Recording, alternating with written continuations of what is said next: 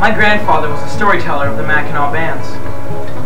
I can remember one day he told me that he never asked to be a storyteller. A friend told him a story, and he liked it. So he told another friend. The friend told him, "Hey, you are a storyteller." As children, we are innocent. And over the years precede us, we lose our ability to use our imagination. That's why he liked to tell us stories in his full regalia, to enhance our imagination. So let the fire warm you, and the stars guide you, as the doors of the present open to the stories of the past. Anishna! Nin wabishke migwan, migizi dudem. Migrech, mishomas. Let me take you to the past, to a time when Mother Earth was young, for this story was a long time ago. A young warrior who was an artist went to the edge of the riverbank, and he asked, "Creator, give me a sign that I could be a recognized artist. Not for fame, but to help unite not only his people, but to unite the tribes."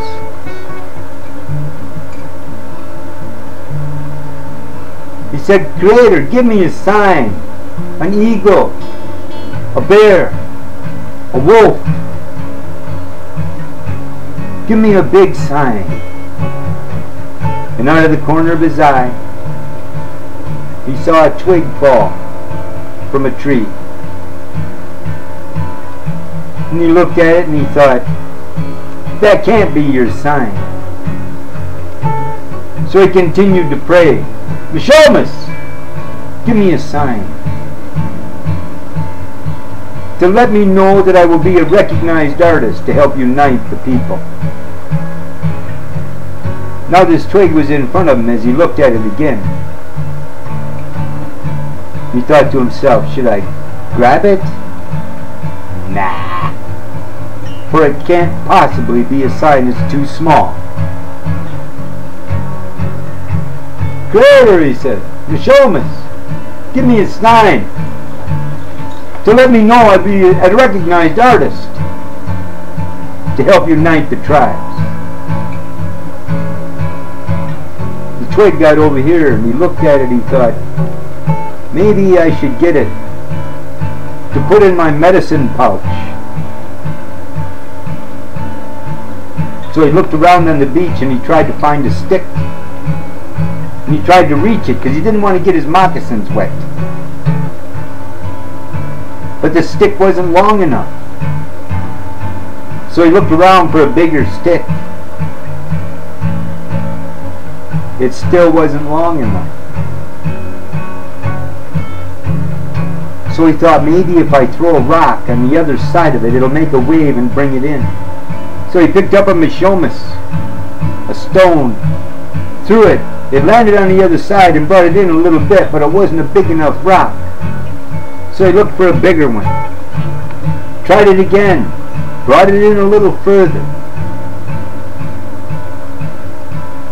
So he thought, I'm going to throw a big one. So he grabbed a big stone. He had to use both hands to lift it up. And as he tossed it, it didn't go far enough. And it landed in front of the twig, which made it push out more.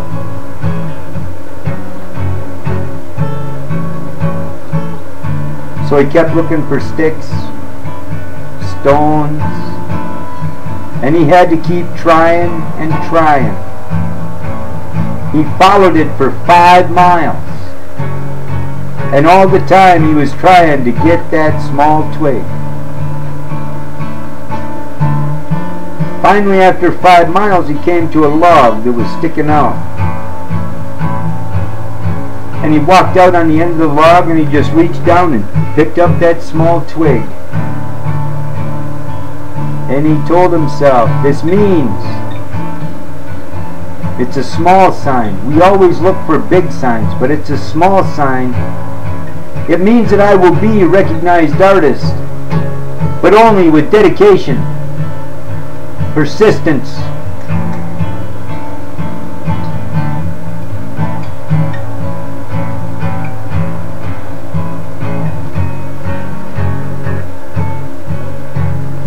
So he ran back all excited. And he told his people, this small twig taught me patience, persistence, and dedication. And when he sat down, an old elder stood up. And he said, it is good that you learn them 3 things. But there's one thing that you didn't look at.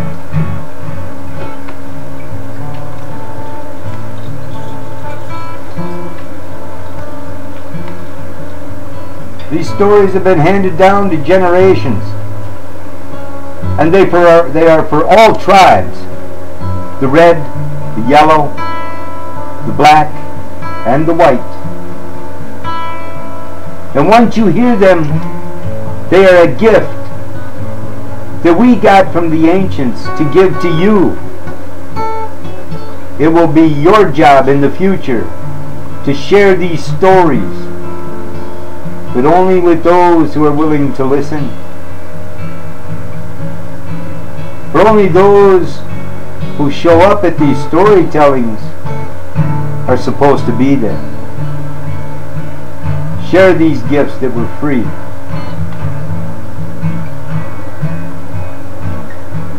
I want to tell you one more story. There was an old blind man, and his children had moved away many years before to find a new life for themselves. After his wife passed, wasn't much to do in that cabin but survive. His family didn't come and visit him as often as they should have, but now and then on holidays they came. So he sat in his cabin. One day a knock came on the door.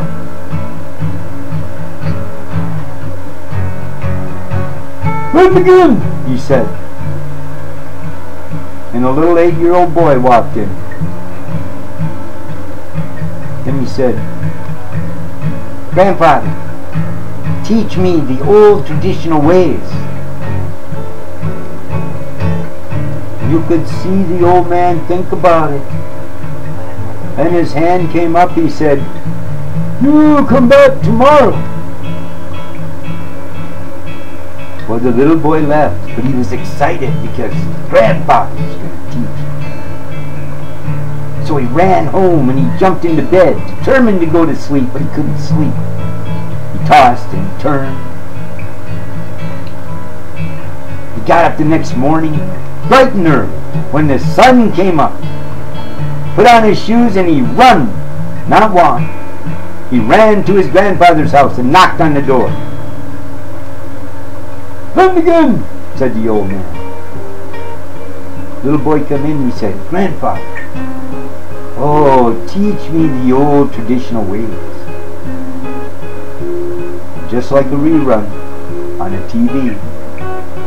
An old hand came up and he said, "You come back tomorrow." The little boy left. He was a little discouraged, but he thought, no, he's going to teach me tomorrow. So he went home again excited. Went to bed that night. He slept a little better, but he still tossed and turned. He got up the next morning, got dressed, put on his shoes, and he ran to his grandfather's house. Knocked on the door, and once again you heard, "Let me in." He walked in. "Grandfather," he said, "oh, please teach me the old traditional way." And just like the last 2 days, a hand came up and he said, "You'll come back tomorrow." Now the little boy was discouraged when he went home. And he thought, you know what? I'm not going back tomorrow. I'm going to play with my friends. So the next morning he got up and went outside and he started playing with his friends, but you could tell his heart wasn't in it.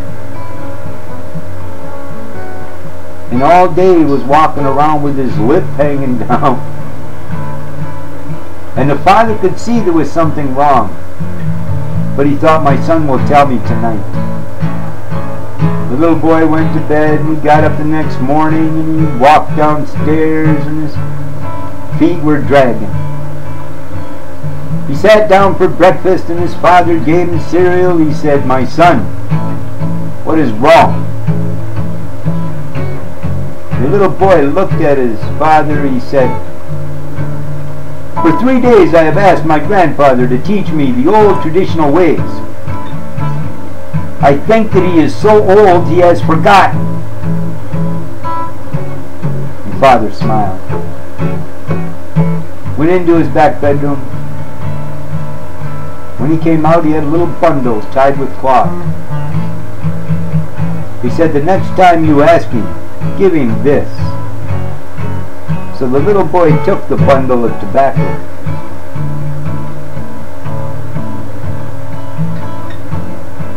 Next morning he got up and he headed for his grandfather's. But he didn't run. He walked, slowly, dragging his feet. He didn't arrive at the cabin until noon. He knocked on the door and he heard from inside, "Come again." So the little boy went in. He said, "Grandfather, please, please teach me the old traditional ways." And the old man had deep wrinkles in his face from age. And his hands started to come up and the little boy knew what was coming. It would be a rerun, just like the last 3 days. But before the old man could point his finger, the little boy walked up, grabbed his hand, and put that tobacco in there. The old man took it, and he felt it, and a smile broke on his face, which made the wrinkles even deeper. And the old man said, "You come with me." So he grabbed that little boy by the wrist, and he took him outside, and they walked, and they walked. And every place they went, he was showing them different plants, male and female, different animal tracks, male and female, how they walked. He was teaching them as much as he could and showing them everything. He told them, he said, always take the male plant but not the female. That way life will go on. Take only your needs, not your wants. Respect all life. And he kept talking as they climbed up the side of a mountain. And as they got on a plateau, the grandfather started going towards this cliff. And the little boy started to pull back a little bit to keep him from going too quick. The grandfather walked right up to the edge of the cliff and he stopped when his toes were hanging over. The little boy wiped the sweat from his forehead. The grandfather said, "I think I'm going to jump down there and make some tea." And the little boy said, "But grandfather, it's a cliff. You could get..." But it was too late. The grandfather jumped. And the little boy watched him as he went through the clouds. Then he put his hand on his ear and listened, waiting for him to hit.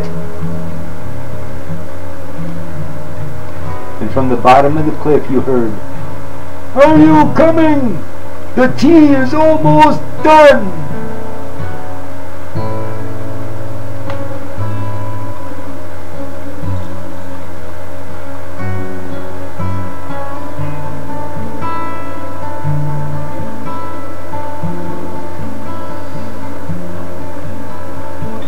These stories that are passed down to us are meant to be perceived as we believe it should be perceived. Now these stories' meanings may not come to us immediately. It might take years, it might take decades, it might take our entire lives. When it finally comes to you, it's like a light goes off. It's like that first drop of water to a plant after a drought. That one moment when the story touches you, it means your heart has been touched by the Creator. Maybe our Mother Aki would miss our elders as they pass, but the stories they told in youth were passed down to us, to perceive, to cherish, and to latch onto us as our souls will keep on going. Because no matter what, I will walk on Mother Earth's soil, alone, because my grandfather will always walk beside me, to guide me in my life as I move on.